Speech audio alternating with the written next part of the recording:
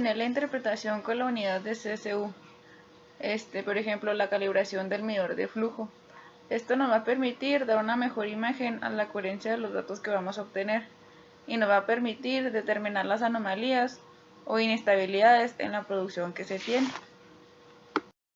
En la interpretación difásica vamos a obtener que en el programa de PLQL vamos a poder obtener los registros de la producción.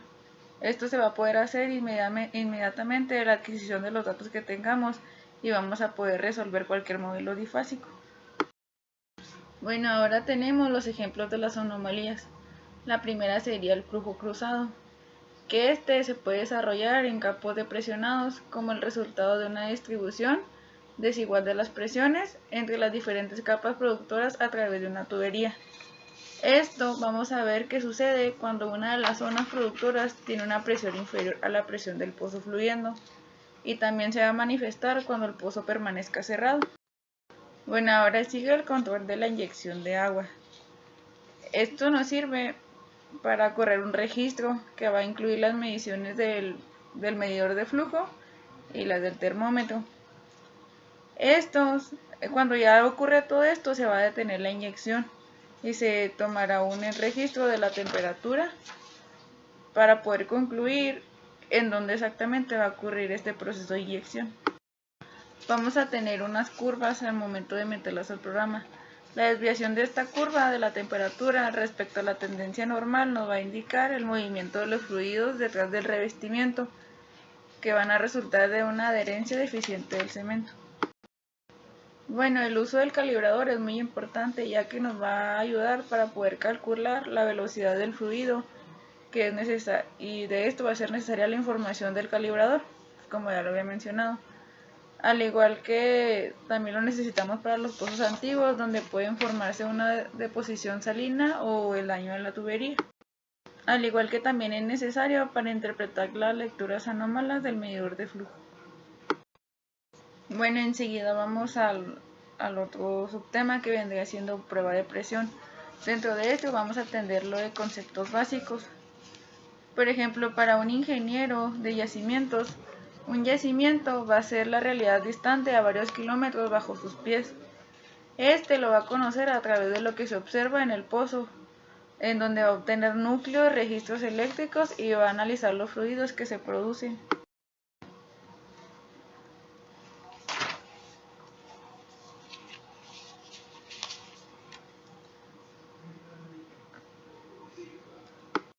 Cuando tengamos el pozo, el yacimiento va a ser una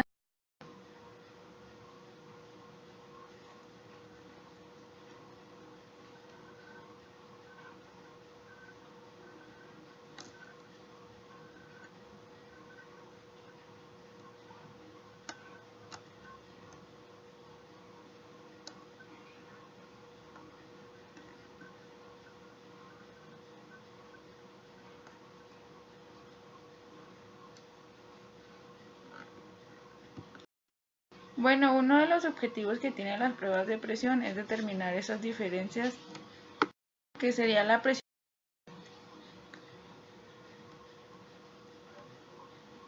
Esto es para saber si es conveniente o no una estimulación.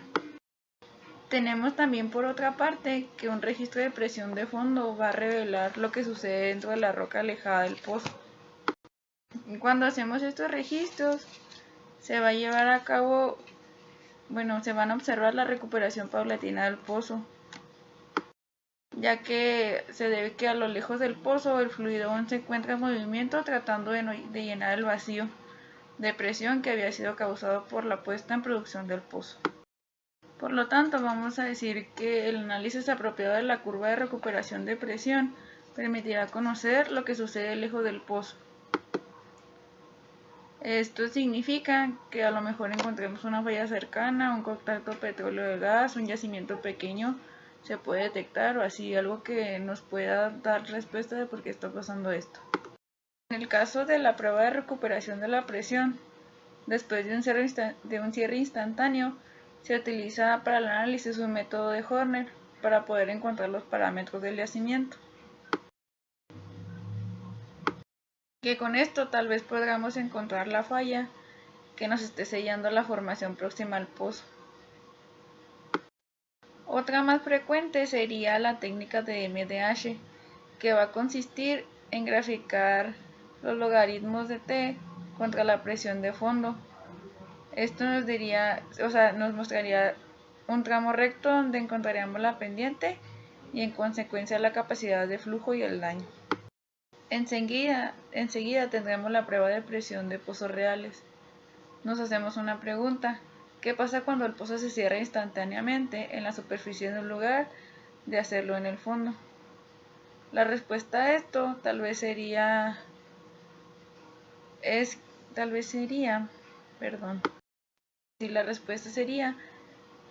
que en el fondo el pozo seguirá produciendo un ritmo cada vez menor, pero siempre continuará produciendo. Ese sería el efecto de llenado. Bueno, esto es debido a que el fluido en el pozo es compresible y este va a suministrar más y más fluido para que se presente el incremento de presión después del cierre. Cuando vamos a hacer pruebas en yacimientos con varias capas, las mediciones de presión serán poco confiables, ya que la interpretación llevada a cabo en yacimiento de 2 capas y prácticamente la confiabilidad será nula cuando se tiene más de 2 capas. O sea que haciendo este tipo de pruebas tendremos que a lo mejor cambiarlo, ya que las pruebas para más de 2 capas no resultarían factibles. Entonces va a ser necesario determinar si el yacimiento considerado está formado de diferentes estratos para saber si usamos unas mediciones de presión o ya cambiaríamos de herramientas. Para ello, lo esencial sería el uso de las herramientas PLT para medir la presión individual de cada capa. Buenas tardes, yo voy a hablar la tercera parte de la exposición con el tema 8, que es el registro de producción de los pozos petroleros. Un tema importante que debemos considerar son las interpretaciones de las pruebas de presión considerando las mediciones del gasto. Nosotros sabemos que el gasto es la cantidad o volumen de fluido que pasa por un conducto en un tiempo determinado. Y está dado por metros cúbicos sobre segundos en las mediciones de la unidad internacional. Estas interpretaciones vienen dadas por una fórmula que es la que se presenta aquí, que considera tanto la presión de fondo, que es la PWD, como el gasto que ocurre en el fondo del pozo. Si se cuenta simultáneamente con las mediciones de presión y de gasto, es posible reexaminar el modelo de la respuesta de la presión en el pozo dado por el autor Evenchins y Tuhurst en 1949, que fueron los creadores de esta fórmula, que lo que nos dice esta expresión, lo que nos indica es que las lecturas que se obtienen de la presión del fondo no son respuesta de la formación del yacimiento, sino que esta se ve modificada por el gasto que ocurre en el fondo, que en este caso está representado por QD. Otro tema son la productividad por zonas.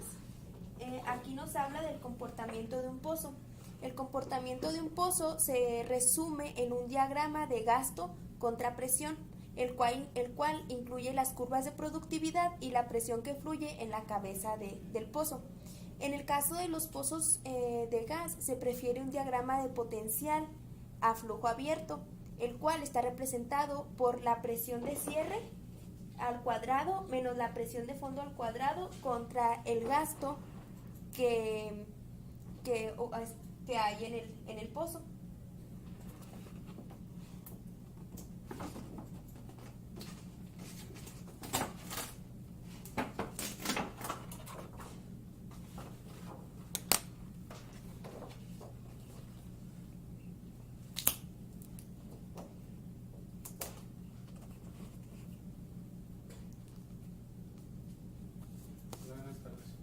Para las becas, ¿cómo están? Necesitamos el formato para la beca alimenticia. Bueno, también algo importante a la hora de registrar la producción de algún pozo, pues son el CID, ¿Qué es el SID? El SID es una técnica que requiere de la presión estabilizada y del gasto de cada una de las zonas productoras. Estos datos son registrados simultáneamente por la herramienta PLT que habíamos visto en exposiciones anteriores. Esta nos proporciona también mediciones de densidad, de flujo y de la temperatura que hay en la zona. El análisis de estos registros dados por esta herramienta PLT nos permite la determinación de la relación entre la presión y el gasto para cada unidad del yacimiento o de la zona productora. Después, y por último, tenemos que considerar lo que es el tapón puente a través de una tubería. Esta es una técnica que requiere de la presión estabilizada y del gasto de cada una de las zonas productoras. Estos datos son registrados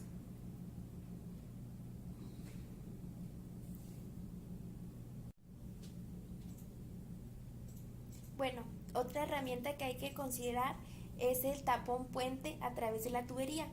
Este es un aparato que efectúa reparaciones de pozo aislando dos intervalos de disparos en una forma permanente sin necesidad de sacar lo que es la tubería de producción. Esta herramienta aísla dos intervalos, como lo había mencionado, de disparos y baja a través de la tubería que no es necesario sacar, que es la tubería de producción. Todo esto se hace utilizando el equipo de control de presión en la superficie. Algo importante que hay que considerar o hay que tener en cuenta a la hora de utilizar esta herramienta es que el pozo debe estar completamente estático. ¿A qué se refiere con esto? Pues que debe estar cerrado y estabilizado para que pueda funcionar. Es una herramienta que es permanente, como lo había mencionado, y es importante pues a la hora de hacer estas reparaciones. Y con esto, con estos últimos 4 subtemas, terminamos lo que es el tema 8 de registro de producción del petróleo, de los campos petroleros. Buen día.